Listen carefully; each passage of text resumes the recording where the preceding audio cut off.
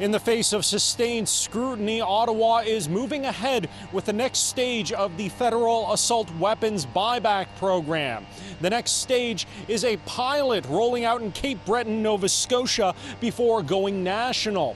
Nathalie Provost, an École Polytechnique shooting survivor, now a Liberal MP, says this is the best way forward for gun control. You see it today. We are all here together with the minister because we believe that it has to be done and that the solution we find in the specific context we have is the right solution for the context. In the Cape Breton pilot, gun owners with now banned semi-automatic weapons will be asked to declare they have banned weapons, then must either turn them in for compensation or prove they're deactivated and unable to be used. The federal government says the program is voluntary, though admits there is no option to keep a now banned gun. We're happy to see progress. This is a file that has dragged on for many years.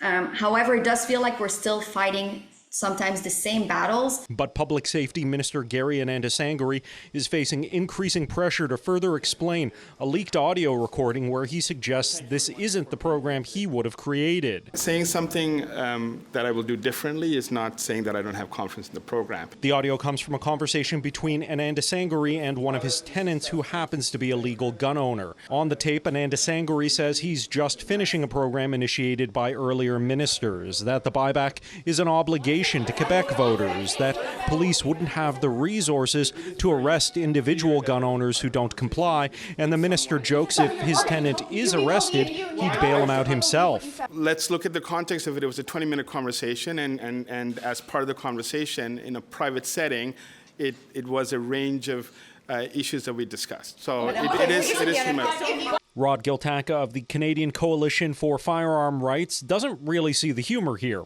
The CCFR was first to publish the audio. Giltaca says one of the most troubling elements appears to be the minister holding private opinions contrary to what he says in public. Gary, who happens to be a government minister in a G7 nation, said the quiet part out loud when he thought no one was listening. This is about votes in Quebec and urban centers. This is not about public safety, and that should be a concern to everybody. I would like to know why you say one thing in public and one thing in private. In Ottawa, Xiaoli Li, City News.